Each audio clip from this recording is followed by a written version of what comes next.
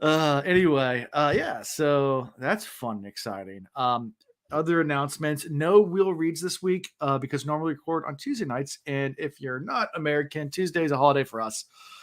Letting you guys know, it's our Independence Day, 4th of July. It's when we celebrate, and really we just go to cookouts and light fireworks. He's lying. Actually, go out and all individually go beat up a British person. No, I lie. That's a lie. I'm real talk. I'm sorry. That was a joke. No, but yeah. Anyway, we love our Brits. we do. We love y'all. Yeah, we love giving you a hard time too. But we do. But yeah, so we'll be celebrating. We have like a neighborhood parade in the morning that our kids like decorate their bikes and they ride through. And that's what's up. Nice. Yeah, so it's a little fun. And then like we'll probably end up going to like a cookout and go to the fireworks at night. I don't know. We'll see. And by the way, I apologize in advance because people are like throwing up like fireworks tonight. Oh yeah, neighborhood. We do too. So if you hear background noise, I do apologize in advance. I have no control of it whatsoever. So 4th of July weekend, there's gonna be lots of fireworks. Oh yeah. So if you hear a boom in the background, I swear I'm not passing gas. Just FYI. All right. It's that Scott Stank. That's what it is. Oh, Scott Stank. The real Scott Stank. The real Scott Stank. No. Awesome. All right. Without further ado, Will, we miss you. This one's for you. And we'll yes. Right cheers to Will. Yes, here's the Will. We'll be back next week for the finale of not this book, but this section of the book. part 3. Yeah, part 3. Because we're finishing up next week. But this week we're in chapter 20. Yes. And things get a little bit interesting. We start with Vin traveling by, I guess, canal boat. Is it she traveling by? Yeah. Oh no, she's carriage. She's carriage. Oh, it's okay. Carriage. I get confused because like they're traveling different chapters. Sometimes by canal boat. Next chapter, Kelsey's on the canal boat. Anyway, so Vin's traveling by carriage from Luthadel to Felice. And now it's starting to feel like, because at the end of every chapter, well, at least in the audiobook, at the end of every chapter, you have like those entries, from emo Lord Ruler, right? Yeah. But then it's like they're starting a chapter right now, and it's them reading entries from his his like emo diary, basically. Right. And so it almost sounds like there's like two entries like back to back. Exactly. But it's like it gives you a heads up. It's like, hey, it's like this is like just like random text from it, and now it's like, it's Kelsey reading next chapter, but right now it's Vin reading some stuff from the diary right now. So yeah, this stuff this been translated so far. Yeah, exactly.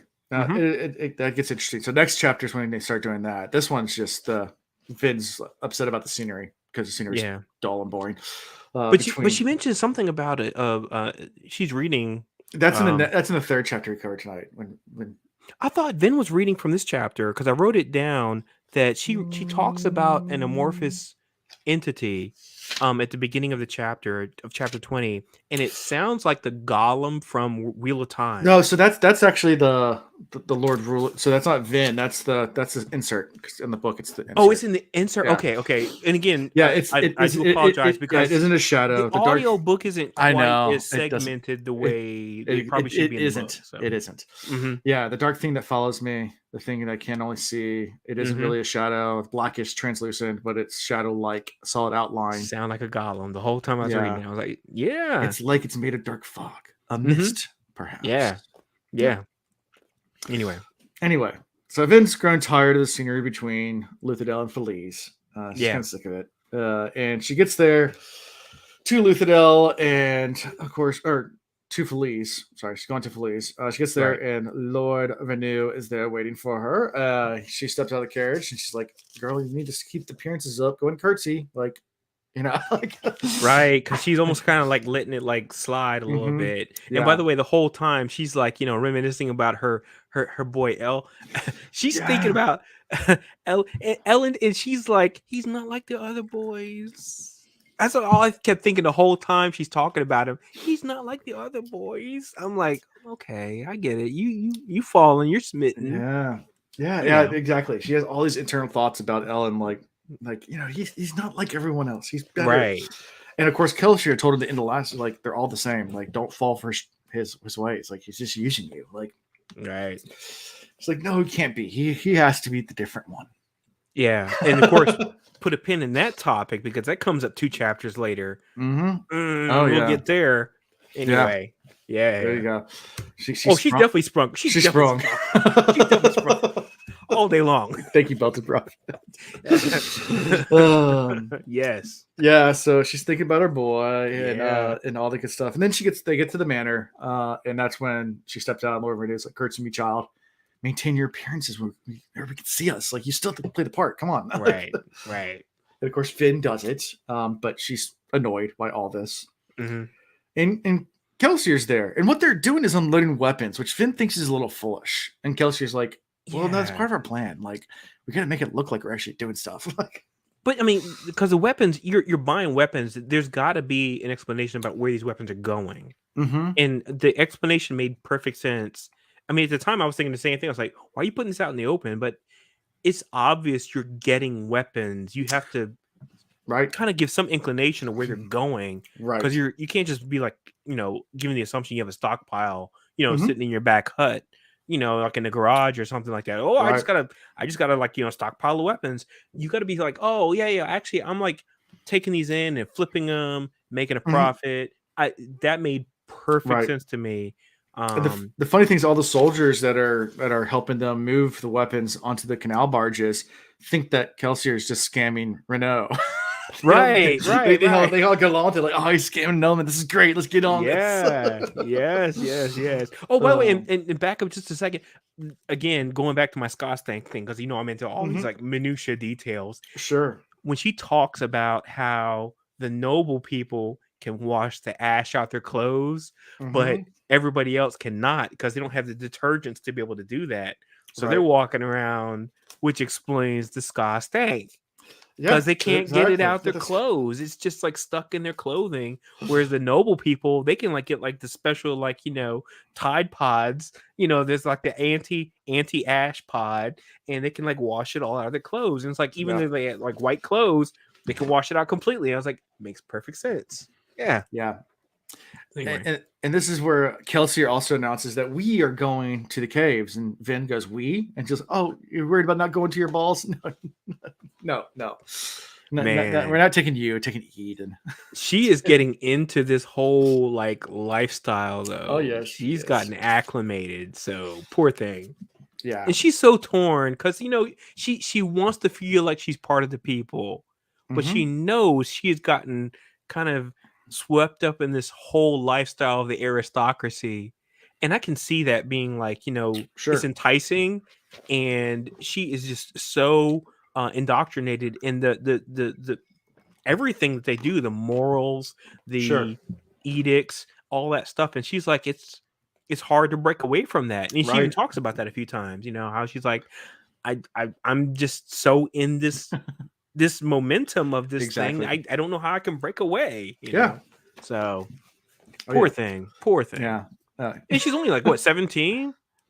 Yeah. Something like that. So, imagine me a 17-year-old and you like have like everything you knew about how you lived get flipped on its head.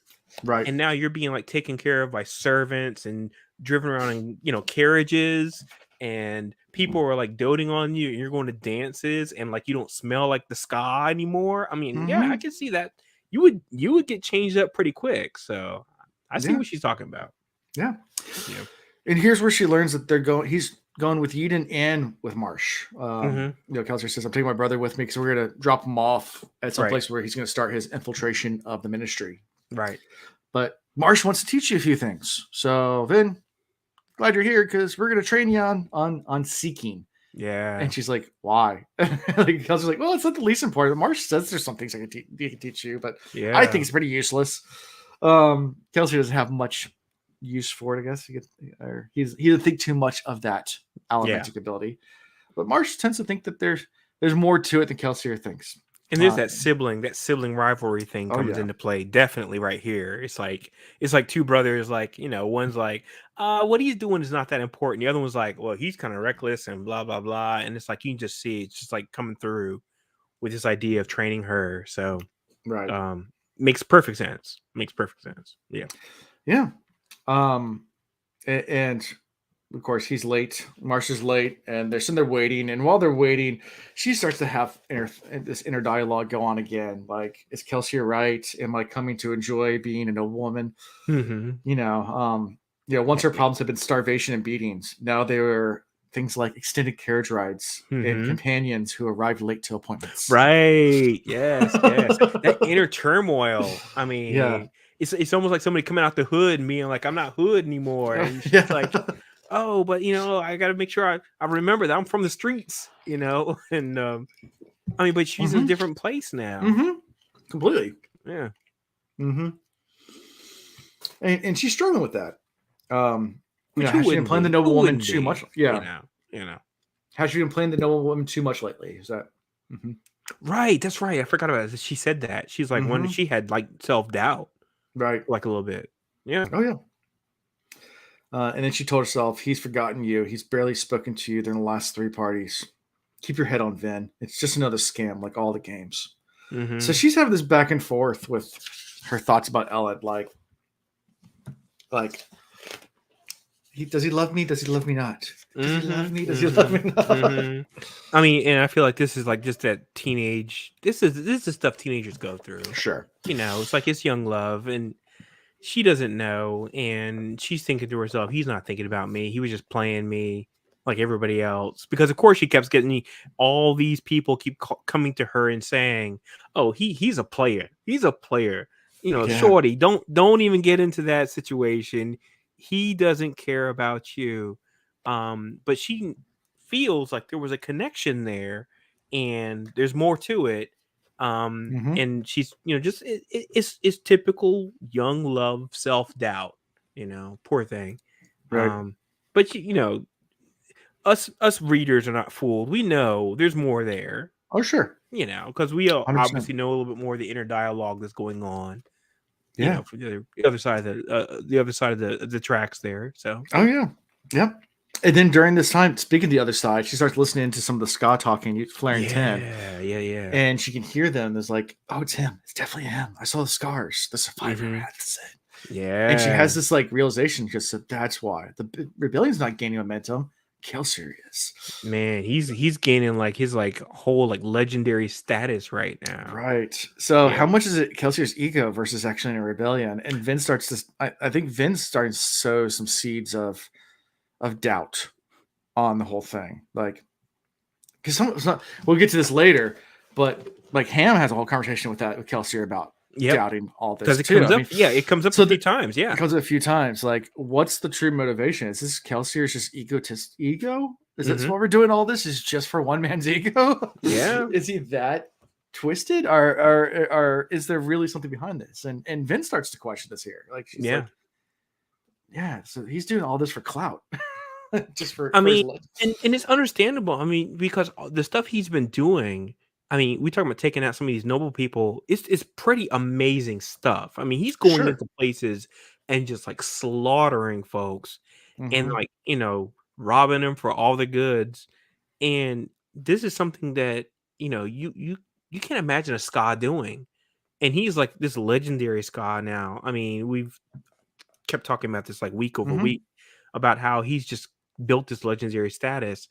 And I'm not surprised that they all think it's like, oh, well, he's the man. Right. And you are trying to build a rebellion, but he is the dude that has basically been the seed of inception for this whole, movement. And it makes sense, that he would have this legendary status. And I'm glad they put that in there that, that's the kind of talk that would go around, because if it was happening in real life right now in the streets, that's the way we would be talking about it too, So, yeah, especially since he's the only person who has ever come from basically what is the end all be all death pit, right? Of society. So, I was raised in the darkness. Yeah, it's true. And we'll get to that a little bit later too. Talking about that whole situation, because we get more light on that. Oh yeah. Oof. Yeah. Definitely. So the Marsh shows up. She has some more thoughts about her brother. just about and thinks about like trust and about are these really friends? She's come to like all these people. She thinks about the whole crew, and she's like, yeah, they're really crew. They're like family, and this is just so bizarre. And she can hear her brother's voice in her head again. Is that a good enough reason to let them get you killed? Like that's her brother's voice in her head. So, right. Like don't trust anyone. Trust no one. And she keeps coming back to that. Yeah, she keeps coming back to it. Yeah. So Marsh arrives and they start having a little teaching moment. Yeah. I think it's at this point when you realize she says they says something like you're 16. You're like, oh, actually, you turned 17 like a few weeks ago. Right. Because, and I think it's oh shoot, oh no, it was it Renew? The young dude who comes at her and tries to court Spook? her. Spook. Yeah, Spook. Thank you. Because she's like, he's 15. He's like, well, you're only 16. She's like, well, actually, I turned 17. Yeah. Like last week. Happy birthday to me, by the way. That kind of thing. So, yeah. What's his name? It's like Mistborn is. Mistborn is. Which is a great name, by the way. I gotta make sure. Spook is too easy, but Mistborn is a badass name. Real talk. I love Mistborn is. So, yeah. But yeah, so they go Marsh and meet I guess on the balcony, and they start talking about lots of Mistborns neglect bronze because they like, why do I need to use bronze? Right. And Marsh is trying to make the mistake. That's a mistake the Mistborns are making because it's such. And kind of dismissing bronze and copper a little bit, right? But I love that his explanation of it was so great because it really makes these internal capabilities make so much more sense, and it shows how much more depth and the more things you can accomplish with those things than the stuff that's like more external, like being able to like manipulate the way you move based on like steel or using tin. People's emotions are enhancing your enhancing your senses or making you strong things which are getting overlooked. He's like, oh, you really need to pay attention to this, and he really does a great job. Again, Brandon Sanderson breaking it down really, really well. Sure. About it's like it's a demarcation, and he's like, okay, well, this stuff is up here, and this stuff is down here, but it doesn't mean it's less than. It just means internal.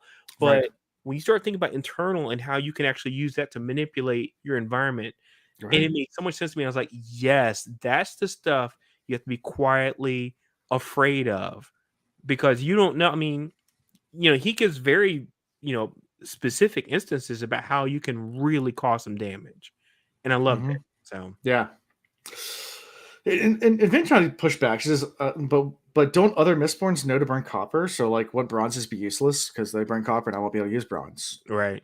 And he says, Marsh says, I see you're already thinking like them. He says, a lot of times they don't even burn copper, because they get so used to not burning it. He says, and not everyone's a Mistborn girl. They're rare. Like most people just missing. It's like they can't just burn copper everywhere.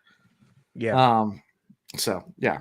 We'll just comment. Whenever every fantasy series and someone brings up a power that is dismissive of power like bronze and copper, I always assume it's a super secret power. Yeah, super secret useful. Exactly. Yeah. That's exactly the way I felt about it too when I was listening to it. I was like, because I will admit, when I first learned what all the metals do, I was dismissive. I was like, okay, great, whatever. Yeah. I mean, because you go for the flash. So this one can make me fly and throw cool objects like lightning fast and shoot people down. And this one can like make me super strong like the Hulk. Okay. Right.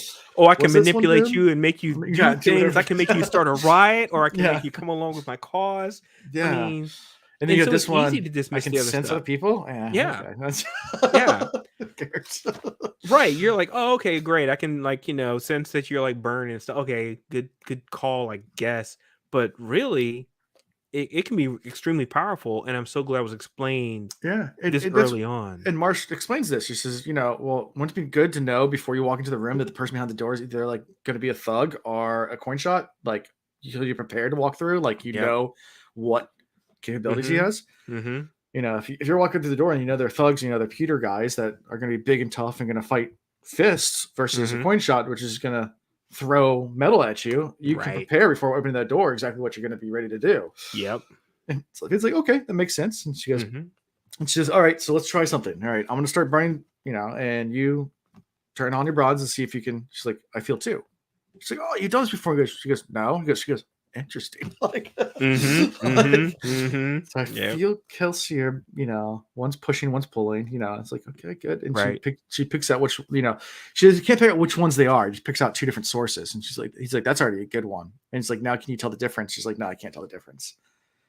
And she's like, yeah, eventually you can tell length differences between the pulses, and like that will tell you what different types. Yeah, I felt like she said something about being able to feel like how much was like one was like a little more powerful than the other. Yeah, one was pushing, one was pulling. She felt that much. Oh, that's what it was. Yeah, right. Pushing, pulling. Yes. So she could identify it was one of those sets of metals and one of those, but not down to the individual metal. He said it took him 6 months to figure that out, but you can figure out exactly what someone else is doing, which is pretty cool. I mean, to know whether someone's riding or soothing you, like because you can just turn on your bronze, and if you know what to look for, you can sense all those things. Again, a lot more powerful than you think it is initially. Yeah. So, I mean, great power to have. So, yeah. So it tries to do all that, and then of course, Finn tries to flip the script a little bit. Decides to try to soothe Marsh to get him to open up. Yeah, which works initially, by the way. For a while, yeah. This guy is pretty stoic, and he don't say much. And all of a sudden, he started becoming like a water hose turned on. Yeah, he's sharing all the information. They finally said, "Are you?" And he's finally like, "Wait a minute, are you seeing me?" And she's like, "Yes." He's like, "Did you get me drunk?" Stop it right now. He does it. So she does it too. Like, yeah. So, and she's like, "Yeah, I did. Yeah." And then he was like, "This is the second time you did that to me," and I was like, "Wait, what?" Yeah. And then, sure enough, just like the reader, she's like, "Oh, I forgot you were in the shop earlier." and we met earlier, and I was like, "Oh, that's right, they did meet."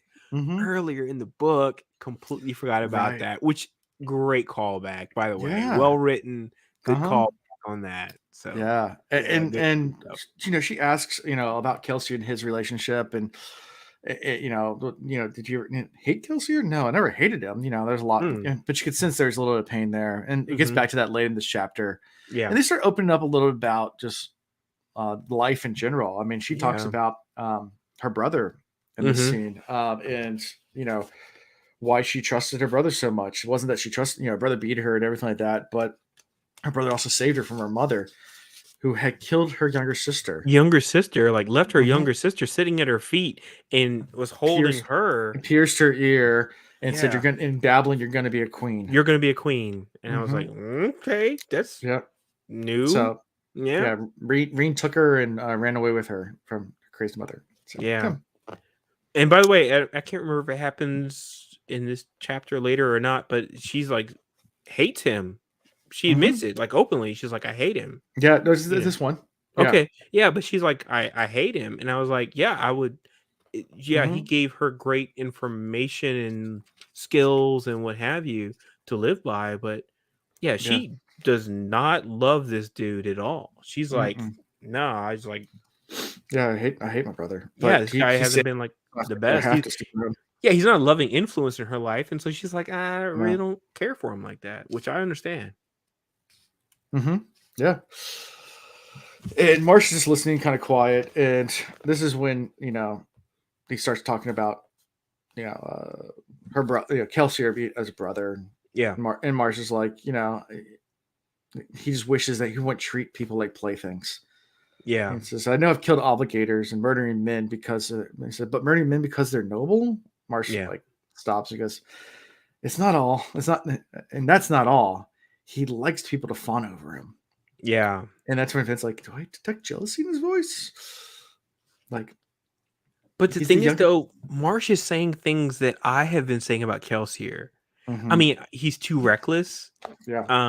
I just don't know what his I don't know if he's like completely aligned with the mission or if it's just like personal interest. Well, I don't know. And I'm trying to make sure I understand, whether this is like all like altruistic or which I really right now I'm still on the Sure. fence about how altruistic, Kelsier is.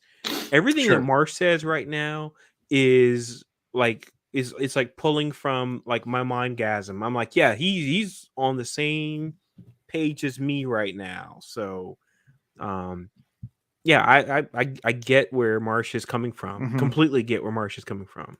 And she detects jealousy then because she starts talking about, the pits changed him and when her death, and he paused. Of course, now we and that find pause out. was like, Yeah. he was like, oh, Marsh had a thing for her too. Yes. Okay, that's it.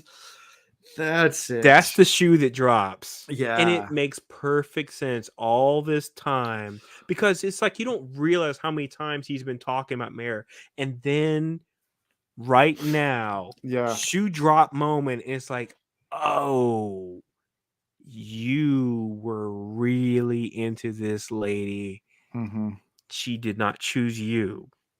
And now she aligned with your brother and she got killed.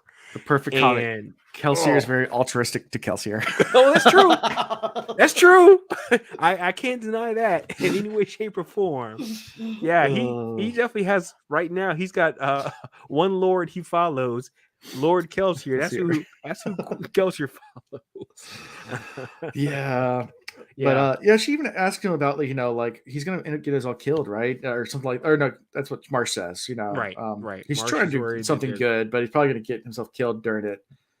And then Vin's like, why do you go along with it if you think it's gonna fail? Because he's gonna get me in the ministry. And that alone can help me further the rebellion for centuries more than anything else. So in that part, I mean, of course, it doesn't really get fleshed out a lot, but I'm really curious about that. He's like, okay, you're gonna get me in the door. And then for centuries later, which makes it sound like he's expecting the rebellion to fail, and that for some reason he's going to be entrenched and be able to affect things for a while, for centuries. I'm like, I don't, I don't get that. I know it's not for me to get right now, but I'm curious as to how that works out. So wait and see. Yep. Yeah, so right now he's playing one of his parts as Renu's distant relative, the man that has to leave before someone connects him as the survivor. Yeah. When Kel gets back, he'll keep a low profile. And I think at that they pretty much end their conversation. Yeah. He just says, practice what I taught you. Get better at it. Right. And they say their farewells and head up. Yeah. And I'm it's good that other people are also noticing that Kel he's out there, man. He is not like keeping it low profile at all. This guy is out in the streets and is getting noticed by everybody. How cavalier, again, I know I have said this word 7,000 times on this podcast. He is so cavalier and out there and like not hiding his presence in any way, shape, or form. And is causing concern, that he's all over the place. Now, when it comes to the ska, that's a great thing that he's all over the place because it's like it brings a lot of attention to this legendary figure that they can align behind. But when it comes to his enemies, I mean, that's got to be dangerous. So I keep waiting for. I mean, these people have, and I know I'm doing a bunch of conjecture right now. Oh, sure. But I feel like this is setting up all his enemies with the capability to identify where he's going to be at, plan accordingly, and take him out. Because he is not being secretive with anything he's doing. I'm like, just be a little bit more subversive with what you're doing. But he's just like out in the open. And I just feel like it's just super dangerous. Oh, yeah. 100%. Yeah. So anything from this that we missed or anything that... let me look at my notes, make sure I didn't miss anything. So, yeah, by the way, so in this chapter, I remember the Mare's sacrifice was brutal. That was brutal. Her saying that her giving the impression that she had two of those ATM beads. ATM. No, but what's the actual thing called? The core beads. There's a specific name they use for them. I cannot remember, but anyway. But then she had 2, and then she didn't have a second one, and then she got beat to death in front of him, and I was like, oh no, that's brutal. It's kind of a throwaway line in the book, but really brutal to think about, and it makes all the sense why he's just so jaded about everything. There's a good question. Is Kelsier actually selfish, or does he not just give a shit about other people's if people understand his plans? It's definitely what you're saying, Thatcher. I mean, real talk. I mean, it's definitely what you're saying. He is in I don't give a fucksville is where he's at right now, which is unfortunate for the people who have aligned with him, because again, he continues to just do whatever he wants to do regardless of the impact of everybody else. Yeah. So yeah. By the way, the other thing that when I read this chapter, or maybe am I getting ahead of myself? Because I feel like I was going to talk about them going down in the caves. That's next chapter. Okay. I wrote it down in my notes for chapter 21. Well, we're on chapter 21. Let's start that. Oh, okay, gotcha. 20. Yeah. 20. Okay, gotcha. Okay, and I wrote in a note that Kelsier's theme song should be Destiny's Destiny Child, a survivor. I'm a survivor. Yeah, I wrote that note down, and nice. And I wrote down the fact, of course, Marsh is very distrustful of Kelsier. Yeah. No surprise there. Everybody's distrustful of Kelsier. Yeah. And the other thing I picked up on was Marsh recognizing that Vin was probably burning metals before she even knew how, because she was probably picking up metals in like silverware and stuff like that. And I was like, that's pretty freaking cool. So even though she didn't know what she was doing, and he made it clear, he's like, oh yeah, there's a reason why you survived the stuff you've been through. You've been burning metals to get through situations, and you didn't even know what's happening. Yeah. Exactly. And I was like, oh, that's brilliant. Because I mean, and it's been proven, I mean, even us as individuals, every time you eat off of a fork or something, a little bit of the metal comes off. Yeah. And iron from meats, you get all sorts of different trace metals. Yeah, trace metals. From water. And, and so those trace metals, if you think about it in this world, it would actually, if you were able to burn that little bit of like copper, tin, bronze, whatever is in the silverware comes off of the plates. Anybody who's gotten a plate and it has that metal, like the little metal ring on it, it's like a little adornment kind of thing, and then it like wears down over time. That metal had to go somewhere, right? Part of it's in your body, and it makes perfect sense. Anyway, I just love that line too. Little tidbit, yeah. That was great. Yep. So we start chapter 21 with another quote from the book or from the journal. The book of the emo. Yeah, the hero of ages shall not be a man, but a force. No nation may claim him. No woman shall keep him. No king may slay him. He shall belong to none, not even himself. Yeah. Kelsier sat quietly reading along the canal. So now we go into another excerpt that Kelsier's reading. This is what you were talking about. Yes. And this one's about him talking about Rashik, his terraceman, who's watching him from behind. He doesn't trust him at all, but it's his Pac-Man that's kind of carrying everything for him, but always looking at his back with jealous, mocking, hating. And at the end, I wonder if my arrogance will destroy us all. As what Kelsier read, and Kelsier lowers the book, and and he's sitting there like, how can this be the Lord Ruler? Like, this is not the guy that like we all hate. Like, he seems so human, and like the person that we know to be the Lord Ruler is just so evil. Like, this seems like yeah.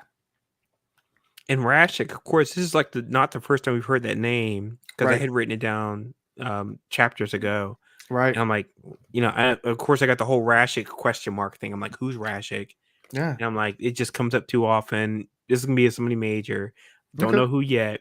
And every time I hear anything from this book, all I think of is the from the South Park kids, the emo kids that's got the hair like this. He keeps doing this thing just over and over again. He's like, yo, so I'm like feeling like kind of down today, and that kind of thing. He's like, anyway.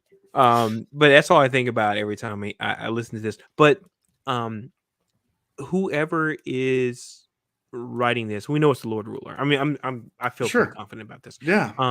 But I feel like it's a lot more torn, and so I'm like, the thing I said earlier was, I was like, I feel like somebody was starting to write these passages, and then they're talking about the Lord Ruler, and then the Lord Ruler gets involved in writing some of the passages, because some of them are kind of written from the Lord Ruler's perspective. He's like, I've got to do this thing so that way I can save the world. Right. And then other times it's like, I got to make sure, I keep this dude in check. And I'm like, I mean, it almost sounds like the Lord Ruler with bipolar disorder, to be dead honest with you. So that's where I'm getting at right now. Interesting. But I know it's probably not right, because it doesn't sound right, only because the way the names are written out, and I'm like, that's not aligning. But anyway, that's my theory right now. Rapho, and I'll definitely Raph. Everything. Yeah. Let's just assume everything's got a subtext of Rapho. Exactly. So Kelsier, he thinks that the Lord Ruler was less of a man, more of a creature, an evil force to be destroyed. And reading his logbook just makes me question everything. The man seemed to have depth and character, and he's like, man, this is not the person I've grown up knowing and hating. Like, it's eerie to him. Yeah. And still the Lord Ruler's story reminded Kelsier of the legends he had heard. Stories whispered by Ska, discussed by nobles, and memorized by keepers. That claimed that before the Ascension, the Lord Ruler was one of the greatest of men, beloved leader, and man entrusted to the fate of all mankind. Yeah. Unfortunately, Kelsier knew how the story ended. The final empire. But it's 1,000 years. I mean, this person's like immortal. So think about that. I mean, over 1,000 years. I mean, how would you change over 1,000 years? Right. So that's, who knows?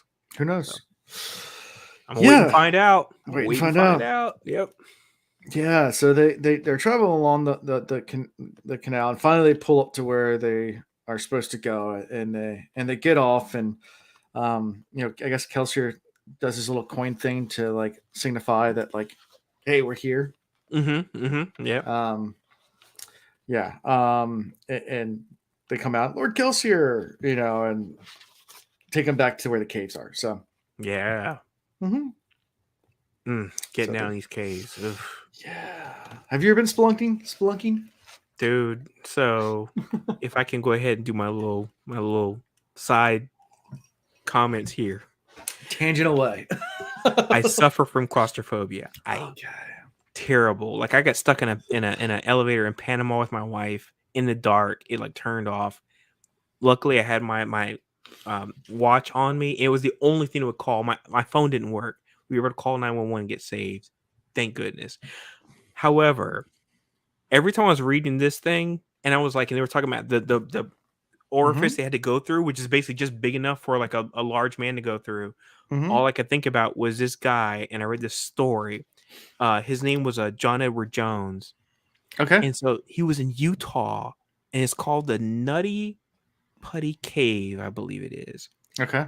He went down this cave, went down the wrong turn. Yeah. Got stuck. They tried to extract him. And I'm talking about they like broke bones trying to extract him. Eventually, they were like, no, there's nothing we can do. Yeah. They basically stayed with him until he died. And then they just like cemented the whole thing over. Yeah. I'm like, this is like my worst nightmare. And I'm like having like PTSD, even though I was not even in the situation. I'm like, no, I cannot. We're talking about thousands of people going down into these caves, but the orifice to get down in there is basically small enough to just fit like one person at a time. Nope. Yeah. I've done a few caving stuff before. Most of them have had pretty large entrances and like nothing where I had to squeeze through. I wouldn't do that. The most freakiest one I ever went to is a cave we found. Oh, really? Yeah, we found a cave one time, and I'm pretty sure no one else knows about this cave. And if they do, it was one of those things where so we were hiking near the West Virginia border, in the Shenandoah, and there was a waterfall off trail a little bit, and we decided to go swim in the hole, underneath the waterfall, and we're just playing around. It's one of the people we were with goes to the ledge and just hangs on, and her feet goes underneath the ledge. Yeah. And we're like, wow, it goes back a ways there. So like we dove down to see how far it went. Right. Held our breath, and in about 10 feet, you popped up. And it was all pitch black. So then we swam back out, went back to our campsite, took plastic bags or whatever, wrapped flashlights, went back in, and it was this giant underwater entrance cave. Wow. So it was underwater by a waterfall. I know how to get there. I won't tell anybody else how to get there because it's super dangerous to ever go into a cave that has a water entrance. Yes. And we freaked out after about 5 minutes. We were just in the opening room. We didn't go back into the cave at all because we just it was a giant open room. Like, I mean, like the first part we went into was really big. Like cavern. And when you go further back in, because we started freaking out about the fact that it was an underwater entrance, and we all knew, most of us were experienced hikers enough to know that that's extremely dangerous. Yes. Because absolutely. If there's even the slightest bit of rain and it starts to flood, what was a 10 feet swim in can now become a half a mile swim out, and you ain't getting out of there. That's the reason why kids, if you listen to this, do not try this at home. Do not try this at home. Don't be like that Thailand soccer team. Yeah, underwater entrances. Yeah, it can be like it doesn't even have to rain the area. If it's just somewhere upstream, it rains. It can flood the entrance to the point where it like that's 10 what feet I goes just to getting half a ready mile. to say. Like it could be like rain, like a state away in some instances. Enough water will actually rush down and flood places that you don't even realize. Yeah. Do not play with that stuff. So because 1 inch of water rise could be miles underwater in cave systems. Freaked out, and we went right back out because we're like, this is not safe. So I mean, I know how to get back there, but good call on your part. You leave immediately. Like eventually we're like, let's go explore it. And then I started thinking, I was like, no, this is a really bad idea, guys. Let's get out of here. Nope. And I started thinking about it. I was like, yeah, I've heard stories. Like, no, let's get out. And those stories, I'm pretty sure there's a lot of those stories out there too. Yeah, I mean, it might be one of those type of caves where no people have actually ever explored because it is an underwater entrance. I mean, there might be other ways to get into that cave. I don't know. We didn't stay long enough, but freaky. So yeah, I've done a little bit of spelunking in my days. That's the freakiest one. But yeah, and I don't do the super tight space stuff. But I'll do more open. Like there's the Cascades, which are out by Roanoke, Virginia. Yes, that's you can do caving there, and there's a little crawling, but no like on your belly squeezing through. Right. So yeah, or like the guy I'm talking about, where it's like he's like going and having to like twist his body to get through and stuff, and he like had to twist his body at a 70-degree angle to get through a particular orifice. I'm like, at that point in time, if you have to, number one, if you're like on your like belly going through something, I'm already like, nope, I'm not gonna do it. But the fact you have to twist through it, I'm like, how do you get back out of it?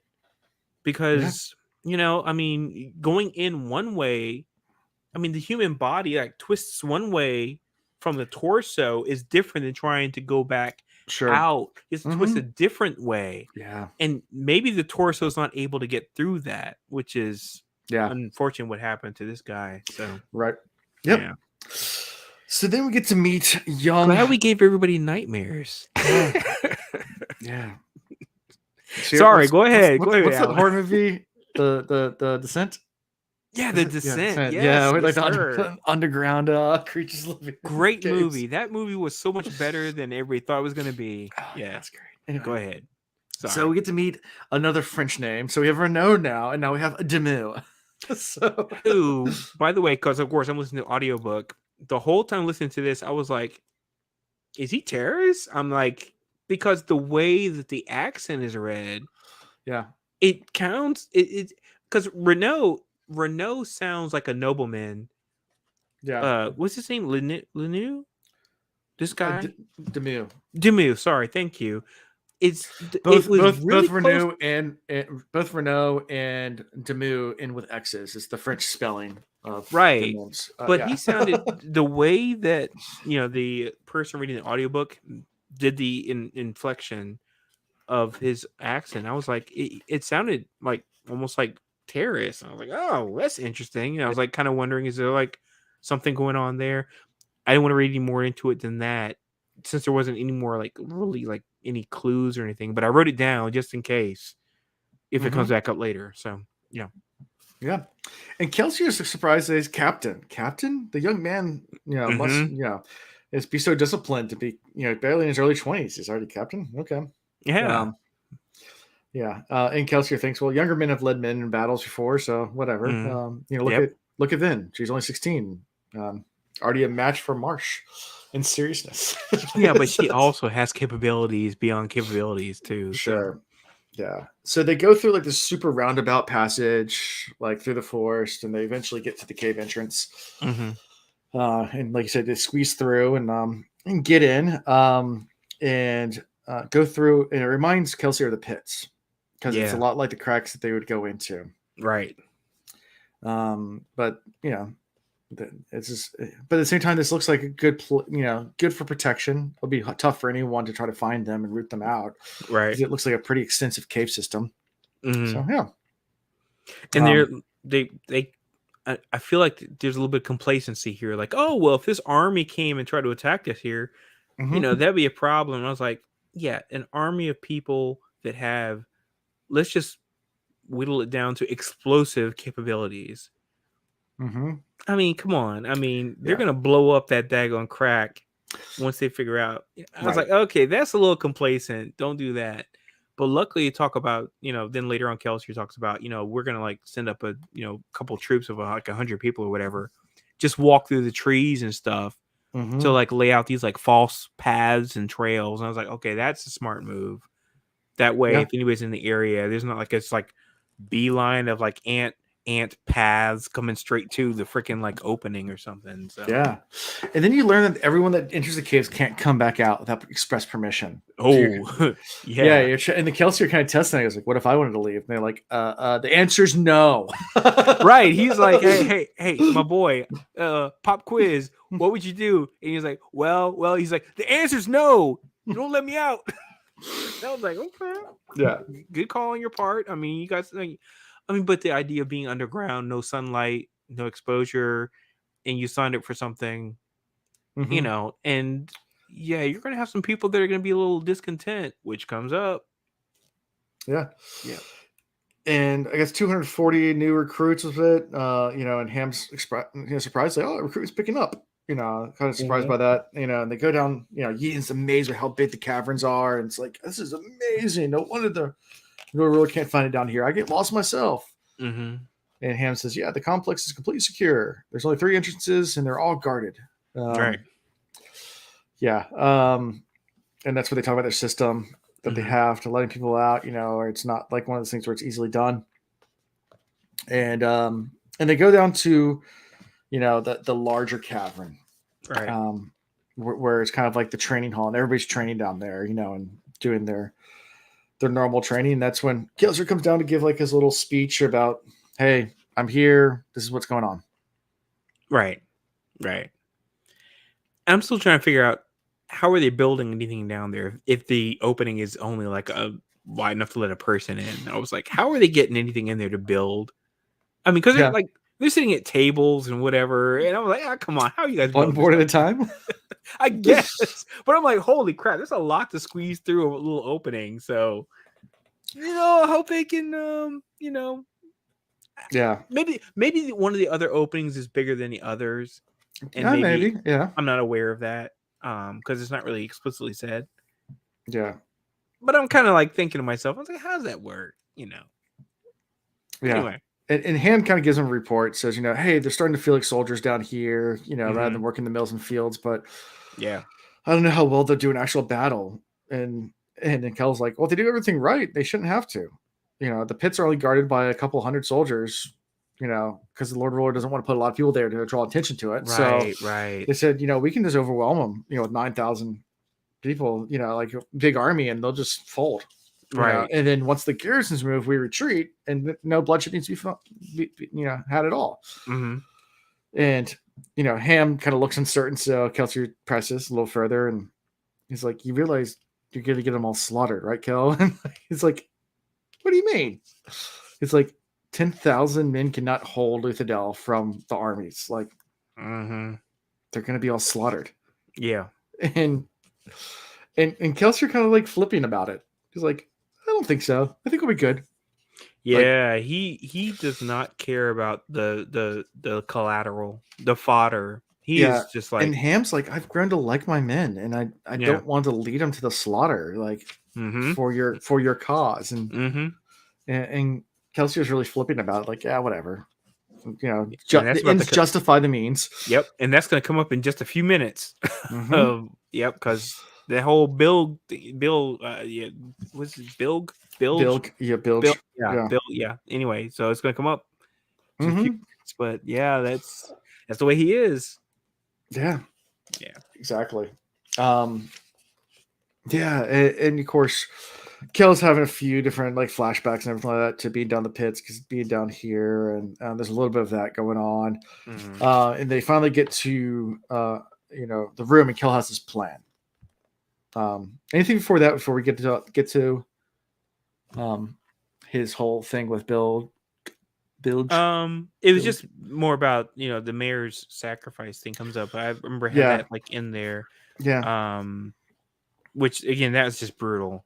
Just to hear that was just rough. That was, I get it. I get how that can shape and alter a man in general to experience that. That sacrifice. I mean, that's rough. That is extremely rough. The person that you love and sacrificing themselves for you. Yeah. I can't imagine what that would do to a person. Right. And they do get into the conversation of the difference between Nobleman and Ska here as well. Yes, they had that deep conversation about like it's not just culture. Like there used to be a height difference. I mean, I know it's been a lot of interbreed. It's not as big of a thing anymore, but right. And Kel's kind of like shrugs it all off, and he's like, and he says, "What about Allomancy?" And Kelsier frowns and goes, "I got a point there." Yeah. Yeah. Because it comes to like the generational, it's like because they're talking about the birth rates. Yeah. And stuff like that. Like that Noblemen don't breed as much. Is it intentional? Because there'll always be enough Ska to take care of the noblemen, or be able to serve the noblemen, and is that why? I've seen Ska women have 12 kids. And it's rare you'll see a nobleman with more than 2. Yeah, and that's going to come up later in the next chapter. So, yeah. Yeah. Yeah. And Kelsey finally does says, no, it's not right. It's hard to see. But there's something very seriously wrong with the way Ska live. You have to believe that. Right. And Ham agrees to that. And then we go down into the main hall where we have the speech and where Kelsier says, "Hey, pick out someone that you think might be a dissenter." Right. And he's like, "We got this guy." He goes, "Not too scrawny." He's like, "Well, that guy over there." He's like, "Perfect." He goes, "That dude's huge." Yeah, he picks a scrawny guy. He was like, nah. I need someone to be a challenge. Yeah. Then he picks out Bilge, and I'm like, and starts riding Bilge, as he's talking. And the whole time, I mean, it was like the easiest telegraphed freaking play. It's like I knew exactly what Kelsey was about to do. Yeah. And then we go back to our boy, Mr. French. Yeah. We're gonna call him Mr. French in a second here. And he was like, "Yeah, I'm gonna go ahead and he's gonna be my emissary in this or representation in this fight." Yeah. And I was like, okay, so what's the trick? He's gonna use his allomancy obviously to manipulate the fight. And I was like, that's just, I was like, to what end? It because that means the fight's not legit. And I'm like, okay. Hey, the first rule of Fight Club is we don't talk about Fight Club, right? Yeah, that's true. That's true. Second rule is we do not talk about Fight Club. Yeah, so but the thing is though, he also purposely riled this dude up using allomancy. So he used allomancy to rile him up to get into a confrontation. Then picks an emissary to be in this fight or a representation or proxy, I guess is a better term, a proxy to use in this combat. This is basically Game of Thrones, we're talking about some, just somebody choosing, somebody be like, I want to choose my man from Dorne to represent me. And then they get into this fight. My man gets his arm broken. He's bleeding and what have you. All of this manipulation comes from Kel. Kel is manipulating. I mean, and at some point in time, he has him fling his sword back because that's the way he's actually using. I think it was iron or steel, whichever one it was. Push or pull, to push him back, and then my man's like holding his hand to make it look like he's the one that did it, and I'm like, well, but now you're giving this false impression like he actually has Allomancy, which obviously he does not. No. And the whole thing, I'm like, to what end? And at the end of this fight, the false impression is that, oh, you can transfer your powers over to someone else. I'm like, no, that's not what happened. I'm like, you have like set these people up for failure. Even worse, when Bill was down on the ground on his back and Demi was above him, like Kelsier tried to push the blade in. You're right, because he was trying to kill him. Bill, and the guy refused. And he refused, and I was like, thank you that he refused. I was like, you don't kill. You're just being psychopathic. It's like, already bad enough. You broke his arm, and he's bleeding all over the place. But I mean, and by the way, I think I said exposed bone, unless I remember incorrectly. And I'm like, and then you were ready to kill him. Mm-hmm. I'm like, oh my god, dude, are we serious right now? Are we serious? How? Why? Yeah. Kelsier thinks this is enough, and releases Demi's weapon eventually. And then that's when Kelsier stands in front. It's like, do you think I will send you against the Lord Ruler unprepared? Do you think it'll be simple to send you off to die? You fight for what is just, men. You fight for me. Anyway. And this is where Demi says, he gave me the power, blah, blah, blah. And Ham looks at him and is like, what are you doing to my men? He goes, and that's where he turns and gets the famous line. He's like, these are my men. That's what it did to my men. Yeah. The whole thing. I lied to my army. He's like, you lied to my army? You lied to the army? He's like, no, I lied to my army. And Ham's not happy with his answer. All I think of is everything that was said the last chapter about how the ego just gets out of control. Yeah. Yep. Anyway, the whole time I'm listening to all this, I'm just like nervous as heck. I'm like, Kel, what are you doing? Even Ham asked that. So you think this is about your ego? Ham snapped because Kelsier shook his head. Sometimes we need to do things we find distasteful, Ham. My ego may be considerable, but this is something else entirely. And Ham sounds like he is like the quintessential, well put together, well dressed general. He's like a guy that takes this seriously. He takes military seriously. I mean, this guy is on point when it comes to handling an army, and Kel is not there. And that's fine that Kel has these capabilities, but capabilities doesn't mean all of a sudden you can run or be a leader. And maybe he has some ideas about how to actually, take everything out, take everything down, but it doesn't mean he's a good leader. And I just feel like this is evidence of that. I just keep coming back to this whole idea of him being too cavalier, and he rushes into these situations headstrong. He doesn't care about sharing his ideas. He doesn't care about trying to explain what he's going to do. He's just like, I'm going to do this thing, and hey, watch me now. And you don't know if it's going to be detrimental or not. And I feel like a lot of times it's detrimental. Yeah, he goes out here.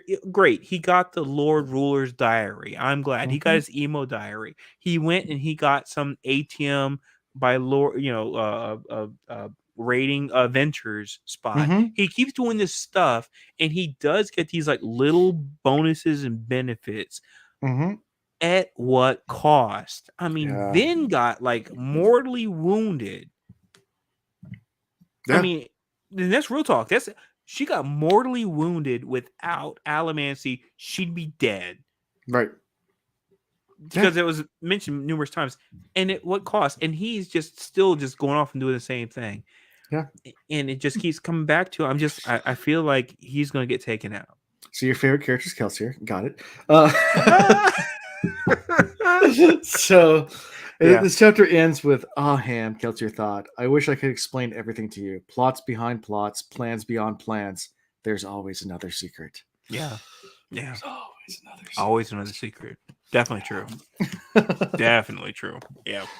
It's not the first time we heard that quote in this book. Yep. There's always another secret. Mm-hmm.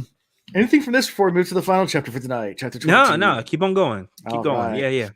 Yeah, so we get to chapter 22, and it starts with Vin reading from the book again. But this time she's reading about terracemen. Yes. We picked up a group of terrace packmen going through a difficult mountain passage, yet these are not ordinary men. The stories are apparently true. The terracemen have a remarkable ability that they sleep during the night and are quite weak, but during the day they're super strong. Yeah. And they mentioned again, I guess, did they mention that it's called? I think that Sazed does later, but yeah, the leader of the packmen, his name is Rashik. He is rather taciturn. Nevertheless, Branch is inquisitive. Has promised to interrogate him in hopes of discovering how exactly this wonder strength works. Right. Yeah. Interesting. So again, the name comes up. Mm-hmm. Yeah. But yeah, when he sees them at night, they look like they're like half dead. Yeah, half dead. At night, and then they morning wake up time, they wake up and they're like, muscular. Yeah. Yep, like Popeye with the Spanish. Yeah. And I'm like, okay, but we're finally finding out some stuff about these characters because I have thought, I was like, these terrorist people. I'm like, there's something going on, and we're finally getting answers. I'm like, okay, here we go. Because the earrings thing always was something I kept in the back of my mind. So I was like, earrings, interesting. Because I mean, you have to think about metal in a whole different way than we think about metal in our world. Oh, sure. And the fact that they have multiple earrings and whatever going on, and I'm like, I just been clocking it the whole time, and now it's coming to fruition finally. Yep. Yeah. So yeah, so after she gets done reading this, she thinks I need to talk to Sazed, but she also comments on how emo the Lord Ruler is. She literally she's like a young Alondo. She's like, oh, he's kind of emo anyway. The Lord Ruler is far more whiny than any god she has a right to be. Exactly. So whiny. She's like, it's like the South Park thing. Man, I'm so tortured. Yeah. And she, she's by the gardens, by the fountain, and the air was comfortably moist because of the trees overhead shaded her in the afternoon sun. She's like, being nobility, even fake nobility, has its perks. Yeah. And then she hears footfall, and she turns around, and it's Spook. Yep. What are you doing here? Yeah. And what's his name again? Lester Bornis. Jeez, one day I'm gonna get it straight. One day I'm gonna get it straight. But he comes in with the what seems like just a mild gesture. Gives her a handkerchief, and it gives her a little handkerchief, little hanky, and she's like, "What's this?" She's like, nothing," and runs away. Runs away. Okay, like cool. I guess I'll take it. Anyway, it's a pink and white plaid, a simple pink and white handkerchief. Yeah, so it seems like a minor gesture until you find out later. Yeah, it's like, that's a strange boy, she thinks. And she goes to find Sazed. She wants to talk to Sazed about what she read. Right. So she goes down, finds him, and she says, "Hey, I got a couple questions for you. I was reading through the logbook," and Sazed's like, she's like, "Yeah, I've read a lot of it. I suppose, you gave copies to Kellen Breeze, didn't you?" And Sazed, "Of course." He goes, "However, Master Kelsier has asked every member of the crew to read the pages." That's what she's asked. And he says, "I have a few questions. The part where they reach Terrace." And Sazed's like, "Okay, yeah." And then he says, "So tell me more about it." It's like, well, it used to be lush and green, but now it's a frozen tundra. Right. And she's like, "Okay, that's cool, but so tell me more about this power stuff." And now we find out, it's like, it's a whole different thing. Yeah, it's supposed to be a secret. That they, we tried for 1,000 years now to keep this a secret. And I don't like talking about this. It's like, fine, whatever. And finally, he opens up. He's like, I should be able to trust you. All right.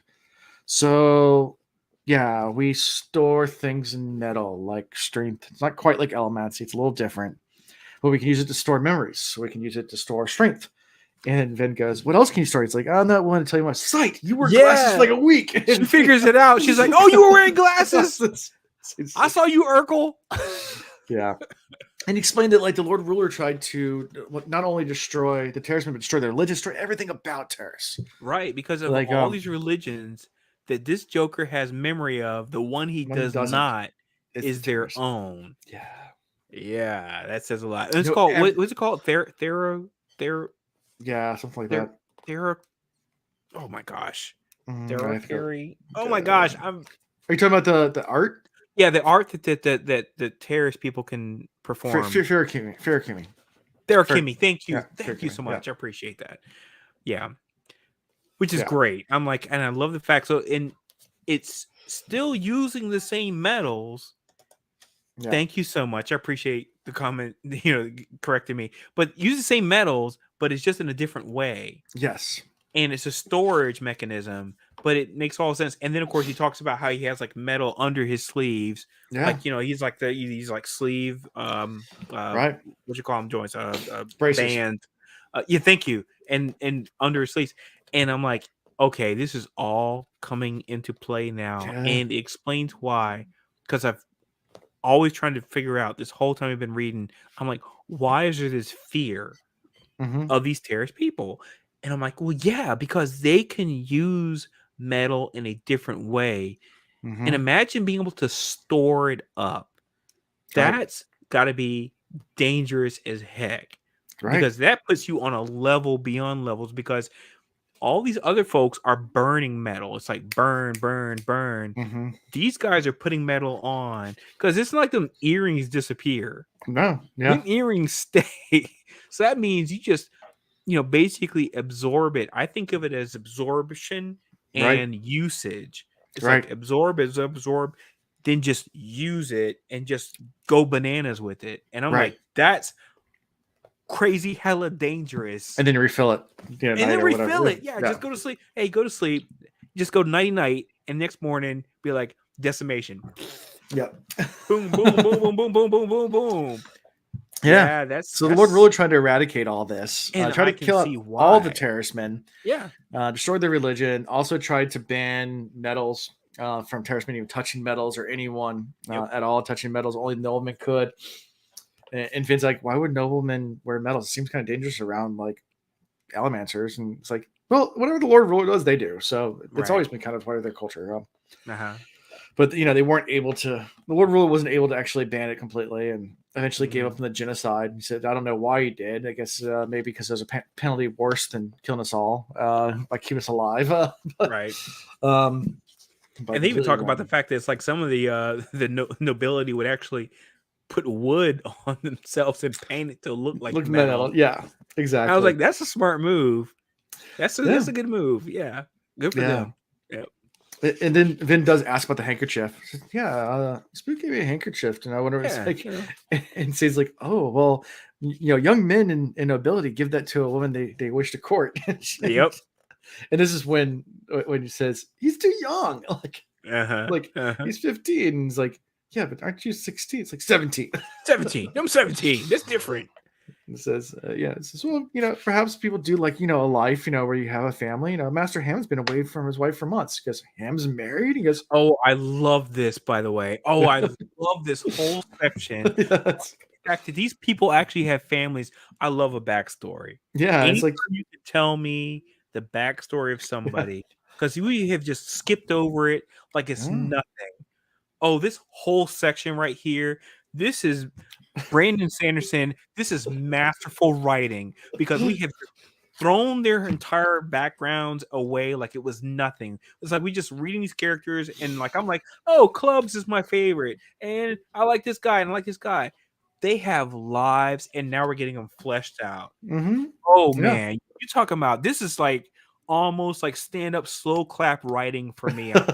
Please, because it's so easy to dismiss all these quote-unquote minor characters, right? And assume it's like, oh well, they're just here for the cause. that's a throwaway line that you say when you just think about the protagonist and the antagonist and not think about these people in between. And they've had to give up, time away from their families, the people they love. And here we go, into that depth. Love it. Again, chef's kiss. Well done. Well done. Loved it. Yeah. So Yeadon and Hammond definitely have wives. It's normal for them to keep them separate from their underground activities because they want to keep them safe. Right. And that's why they're not in the picture. Yes. And then Finn's like, what about Breeze and Doxson? He's like, Breeze? No. Breeze, no. No. Breeze is like, look, I'm Breeze. There's only one person in Breeze's family. It's this character. It's called Breeze. Good old Breeze. Yeah. And Master Doxson goes, he has never spoken of his romantic life, but he expects something painful in his past. It's not uncommon for plantation ska. And he's like, wait, Doxson's from a plantation? Like Doxson, like the fancy Doxson all the time, walking around with his dueling cane, and mind blown. And by the way, in Yeadon too, Yeadon also has a family. Yeah, Yeadon has, yeah. But I mean, Doxson is like, we know that Doxson's like the right hand man of Kel. That's just that's unequivocal. We know that's the case. And now we're getting into the depths of this. And these next passages. They're so good. Well, this is writing at its best right here. Here we go. Yep. Yeah, this is indeed. Indeed. Yeah, he's from a plantation. Do you ever talk to your friends, mistress? And she's like, friends? I have friends. Oh wow! Like that's his realization. Like, he's like, and then they say thank you and they leave. So she goes to find Doxson immediately because she wants to talk to him. And you get to the conversation with Vin. So anything about Sazed first? I'm going to breeze over anything we might have skipped because there's a lot of dump there. Yeah, there was about Sazed and about Terrace Man. Again, this chapter is so jam packed. I feel like we could have made an entire podcast episode about this chapter. It's that good. Yeah, there's that much good stuff happening in a short, and it's a short. I mean, I wouldn't say short chapter like compared to other chapters, but relatively short. And Brandon Sanderson, he's just like a master of just like, oh yeah, I'm just gonna go ahead and elongate some stuff here and there, and kind of lull you into this sense of like subtlety, and then all of a sudden he's like, oh, now it's like it's not exposition. It's like I'm gonna hit you with all the stuff you were not even considering.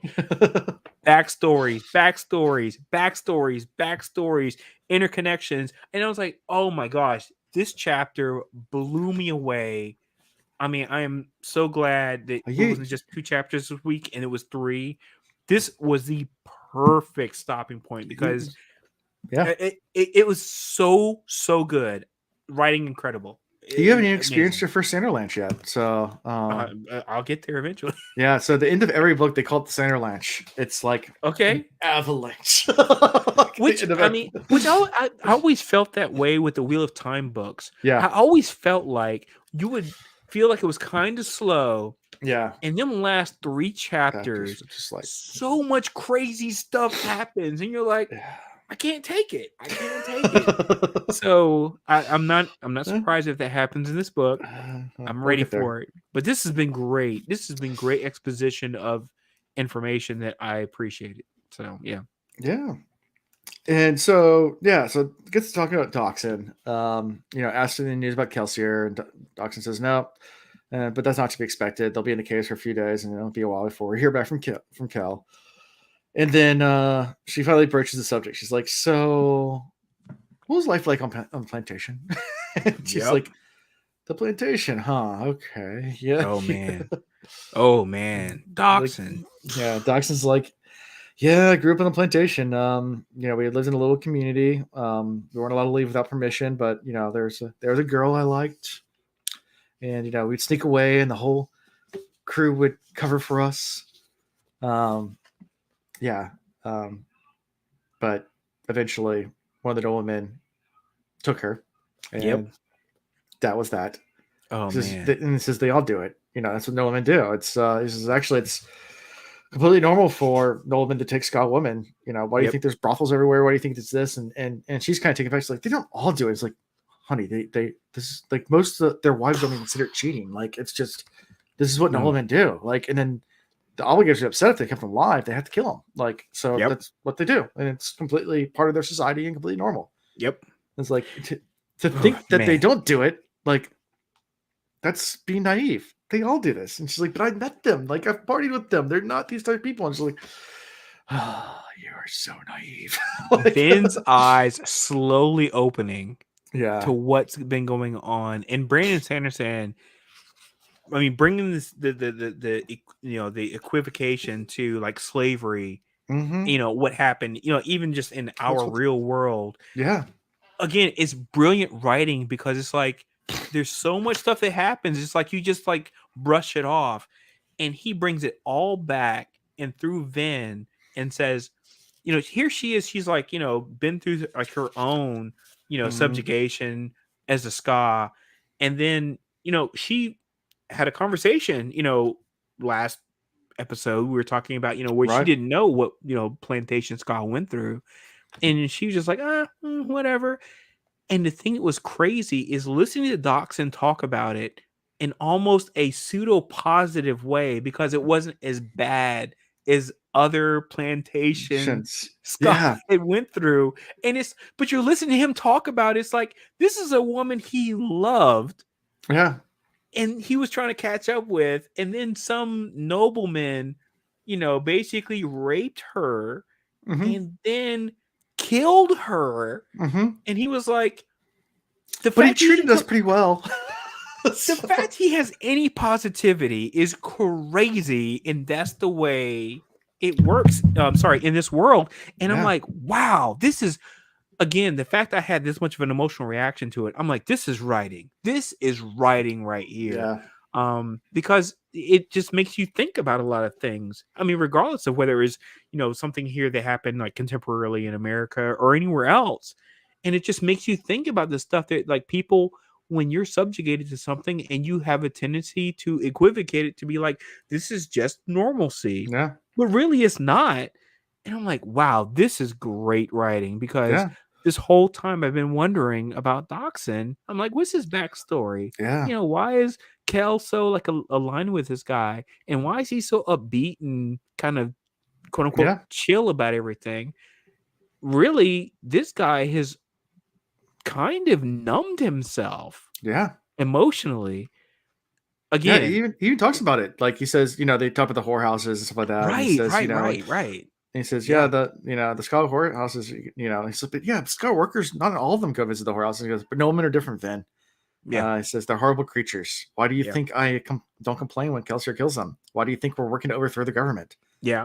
And he's like, you ask some of those pretty boys you dance with how often they see a ska woman. Whoa, what a line. What a line. Whew. They've all done it at one point or another. And Vin looked down. It's the writing though, they can't be redeemed. Lines, they have to all be killed. Like these lines hit so hard, man. This is again, I give it up to Brandon. I mean, Brandon just kills it on this one. So like, such good writing, and I appreciated everything about it. And because like, or some of them just maybe just complacent and like and that's where her argument is like, no, and Doc's like, no, it's not that they're even complacent. This is their culture. Like, 100% through and through. That this is what they do. Like, like you go ask them, they'll probably admit to it freely and just be like, laugh about it. Be dismissive, just like, oh, it's no thing. Yeah, I see people killed all the time. Oh yeah, this girl got killed because there's a possibility she might have had a baby or blah blah blah. Then seeing that little bit of silk and not recognizing the ash all around. That's what it is. Yes, yes, exactly. Thank you, Alan. Man, you summed it up right there. So yeah, but this chapter, what an ending to 3 chapters for this week. You talking about? I was just like, I was floored reading that 3rd chapter. And again, short chapter, but so much depth to that chapter. The book has been incredible so far. I've enjoyed every episode easily. Yeah. So it ends with Vin doubting Ellen. Has Ellen ever taken Ska Woman? And, exactly. Because now she's like, oh wait, what has happened in his realm? Yeah. I mean, because it's not like he's like some like lowly kind of like middling noble person. I mean, Venture House is pretty substantial, so But the fact that he is interested last episode, and what's going on plantations, because he was asking her a bunch of questions, and she was like dismissive about it.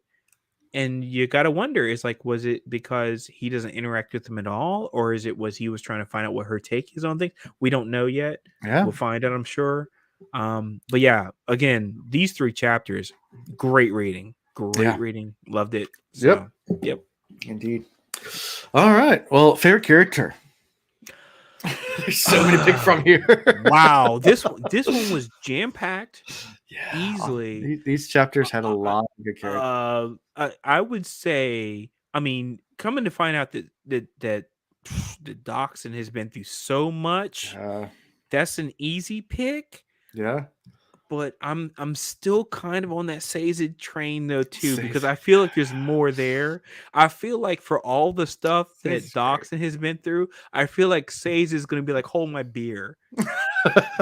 That's just my take on it. So, my favorite in this chapter is Marsh. I love Marsh. Marsh is great. Oh, Marsh is Marsh, because Marsh says everything that I've been thinking every step of the way. He's like, "Hey, Kel, you're being too cavalier. Hey, Kel, you're getting us in trouble. Hey, Kel, blah blah blah." And I'm like, "Yeah."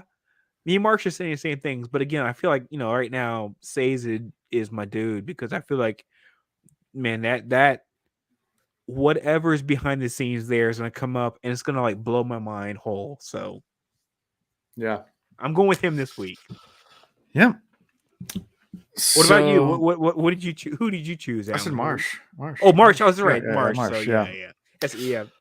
So next week we'll be back and we'll be finishing part 3 with the last 3 chapters, 23, 24, 25.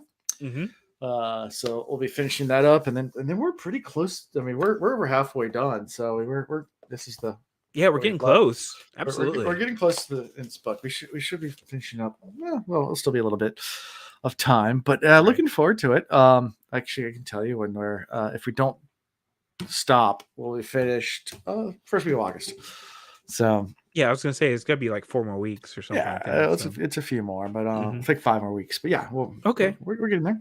Sounds like a plan. We're doing a big chapter at the end, just because I'm gonna give you all. I'm not gonna make you stop in the middle of Alexander Lynch. Just okay. It's gonna be big reading, but that's okay.